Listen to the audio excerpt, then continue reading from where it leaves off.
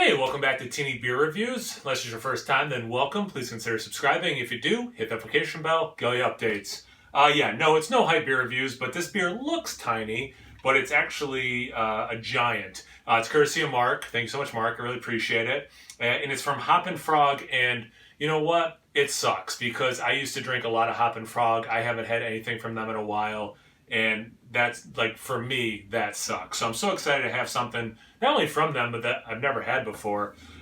This is 15.7% ABV, so I'm really glad that it's in an 8.45 fluid ounce can.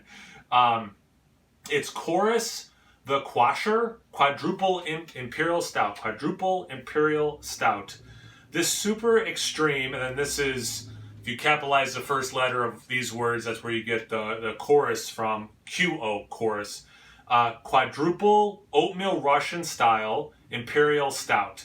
Will tantalize, engulf, and quash your taste buds like no other. Dry hopped and first wort hopped with aromatic American hops to create one great memorable Imperial Stout. It says Best by August 17th, 2023.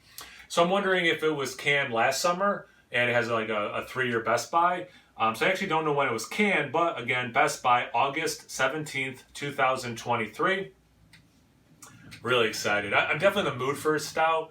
Warm weather today. Usually that makes me think of different kinds of beers, but definitely for whatever reason, I'm like, I want a stout. So hopefully this hits the spot.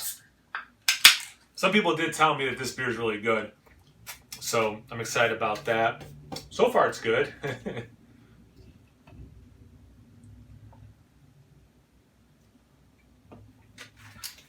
My mild OCD is kicking in. Let me clean that up. All right. That's pitch black. Yeah, you know, and that's really comforting because nice mocha head, barely any head, but nice dark mocha color. Because, like, you know, doing these beer reviews and trying to explain what beers look like, you know, you can kind of get you have a bunch of beers that seem to look alike, or you know, you get used to saying like, oh yeah, it's dark brown, and then you see a beer that's actually dark brown, you're like, maybe I should say more light black with some dark brown mixed. You kind of, you know, I don't know, get in your comfortable lane of here's what it looks like, and then you see a beer like this, it's like, oh yeah, this is motor oil, like this is why you use that descriptor.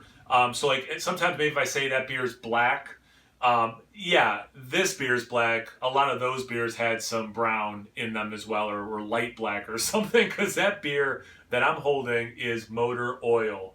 Wow. Definitely some legs. Lacing sticking around a little bit, but yeah, beautiful legs on that. Let's get into the aroma.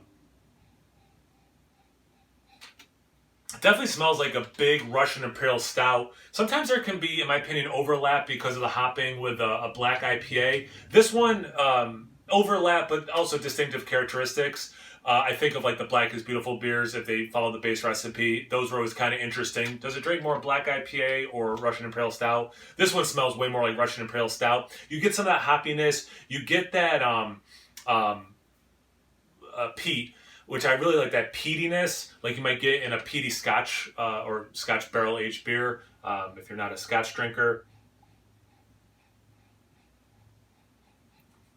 There's some licorice there. There's a sweetness, which is really interesting, playing with that peatiness, that smokiness. If you don't know what I mean by peatiness, like probably smoky, a smoky, savory, I hate to say this, almost like soy sauce mix. That's probably the next closest thing, if you don't know what I mean specifically by peat. Not that this is a soy sauce bomb. But it does have a little bit of a savory element. It has some of that sweetness. It's not an overly sweet beer either, though. I don't want to only lean on the savory, smoky, peaty thing. There is some sweetness. And at this ABV, I'm not surprised there's some sweetness fighting through.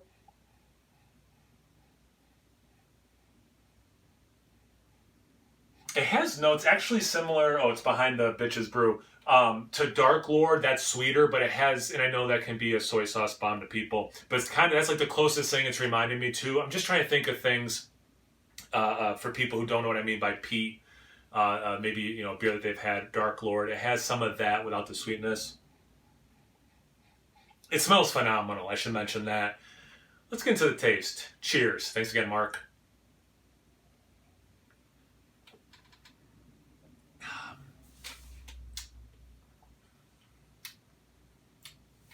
Wow. I haven't had a beer that tastes like that in a while. You know what? Actually, speaking of beers that maybe you've had, if you haven't had this beer before, and you're like, kind of like, what's it taste like? If you take, pretty readily available Oscar Blues 1050, and you were to make like an imperialized version of that, that's pretty close to, I think, what, like if you did that, that would taste pretty close to what this beer actually tastes like. There is that smoky peatiness thing. Again, there's not soy sauce in the taste, but that was like a close proximity thing for aroma. Something that was in the aroma. There's a nice actual Hershey syrup kind of a thing interwoven. So just like the aroma, it's not overly sweet, but there is a little sweetness threaded through the experience. Some dark berry as well. It does have that smoky, savory dominance. So that sweetness and that berry is really, I'll say that's the not saving grace, that's the hero here. Because it probably could become a little taxing if there wasn't some sweetness. And here's the big headline of it all. With all those elements working together, this beer is fantastic. This is, and I'm just drinking this cellar temperature. It's like 55 degrees, so it's definitely not too cold, hiding the alcohol. I'm shocked how little alcohol I get. It drinks big without suffering from, it tastes like there's like a little bit of shot of vodka or whatever in it. Like you do not get alcohol, and that is wild. Man.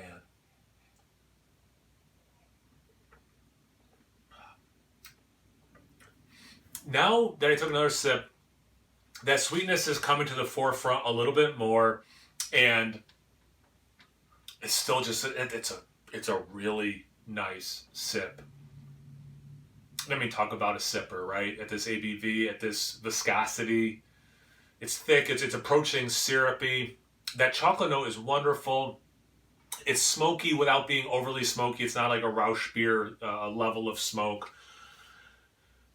This is one of those beers, I kind of wish I did it like on a live stream and I just was sipping on it for a while, talking to people, because this is a beer I think, checking in on periodically for like an hour would really be a rewarding experience. I'm so thankful for the small format because this oddly goes down really well. I think because it's so delicious, it drinks well. It has, especially as I'm talking, there is a nice dark chocolate, like Baker's chocolate, dark aftertaste with that savory, a little bit of umami. Man, just these flavors still lingering. So it's a long finish in the best possible way. I want another sip, but like I'm enjoying what is still residually left on the palate.